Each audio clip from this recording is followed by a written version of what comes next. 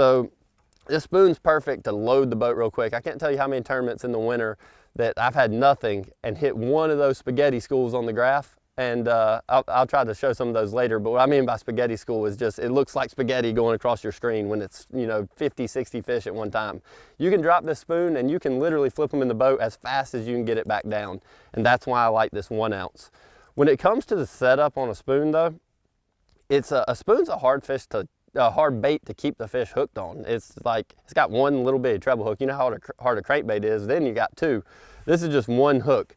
And because of that, I like to use mono line. I know mono is kind of outdated, nobody uses it anymore. But with mono, when you're jigging your spoon, it's got a little stretch to it. So you're pulling it up and down or power reeling it up real fast. And it does not, I call it putting its foot in its mouth. It's when the spoon loops around, your spoon will loop around. If you jerk it too hard on slack line, it'll loop around and you bring your spoon up backwards like that. And that just doesn't work. So with this, with mono line, it does that less often. It still will, but less often. So I do that. I use mono. I like 12-pound Yozuri hybrid line is what I use. It's more stretchy than fluorocarbon. And I like a swivel. I tie it just like you would a Carolina rig. So this swivel, a spoon, when you're pulling it, they twist every time. So in a day of fishing, you don't have to use a swivel, but you're gonna be respooling your rod every day. And what happens if you get a lot of twist in your line, you'll end up on missed opportunities because you go to drop your spoon vertical to the fish and it wraps around the end of your rod. When it does that, then you don't get your spoon down there. That school might only be on the graph for 10 seconds. And if you don't get it down, you don't put them in the boat. That's how simple it is. And it, when that spoon, that's the thing about that. When you have fish on the graph, you got to keep them biting. So say you catch one, you need to get them up to the boat, get them in the live well, get them in the boat as fast as possible, and get your bait back down there. If you're not catching them, they may just swim across or move across and are gone. So you're really looking for bait when you're fishing deep timber and ditches and stuff. There's actually, we're a little early this time of year right now, so you can see the trees starting right here. It's actually a perfect example. So there's the real thick trees, there's the edge. They vary on different lakes, but out here, they generally start around 32 foot, 35 foot. So you can see them starting right here. There's actually a school of fish right under, it's a perfect example. There's bait.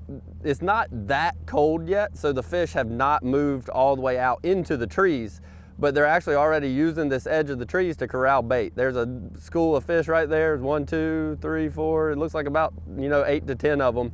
And there's a big school of bait right there on top. It's a perfect example right here on the edge of the trees. The fish, if you think about it, if you're walking through the woods, you're not gonna walk through the thickest part of the forest to get where you wanna go.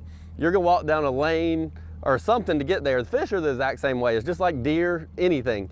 When they're moving these timber lines, they're gonna use the edge or a gap in the trees to feed. They're not gonna go up into the thickest part of the trees. If they are in the thickest part of the trees, you're probably not gonna catch them. So this is a prime example of fish using this edge to work down it, corral the bait, and feed. And see, once you get out into the trees, it's just a jungle. You can see this. We're not moving now, so that is what the trees look like. There's a bunch of bait sitting here in the top of this tree. It's very, very difficult, no matter what type of electronics, what you're doing, it's very difficult to see the fish in the trees. You're more looking for some other telltale details. This bait is a big indicator. The bait is not really on the bottom yet. There's a couple fish on the edge of the timber again right here. There's one dot right on the bottom.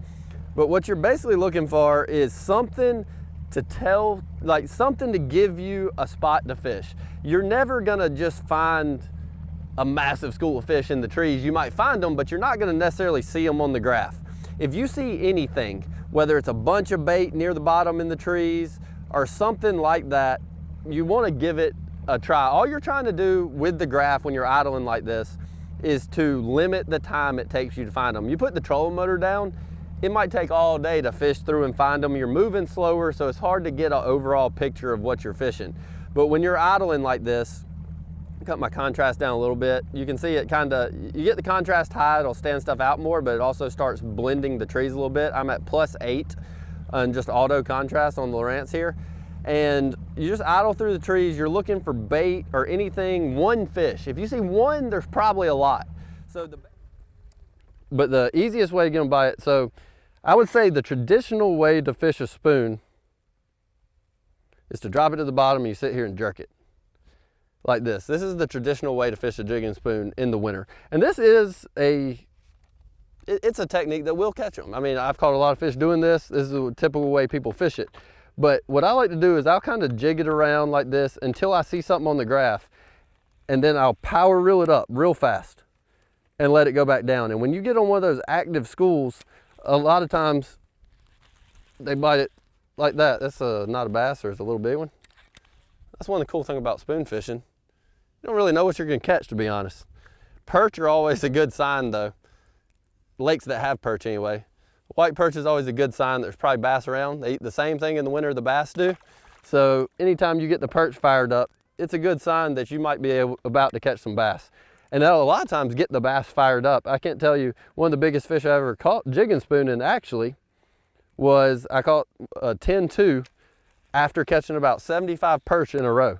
And what happened is I was probably got those perch fired up. That 10-pounder may have been eating the perch or just eating the same thing as the perch. And ended up catching a big one mixed in with them. And the information Bass University provides isn't your basic run-of-the-mill fishing video. This is specific information from A to Z to help you learn, get to the water, and become a better angler quickly.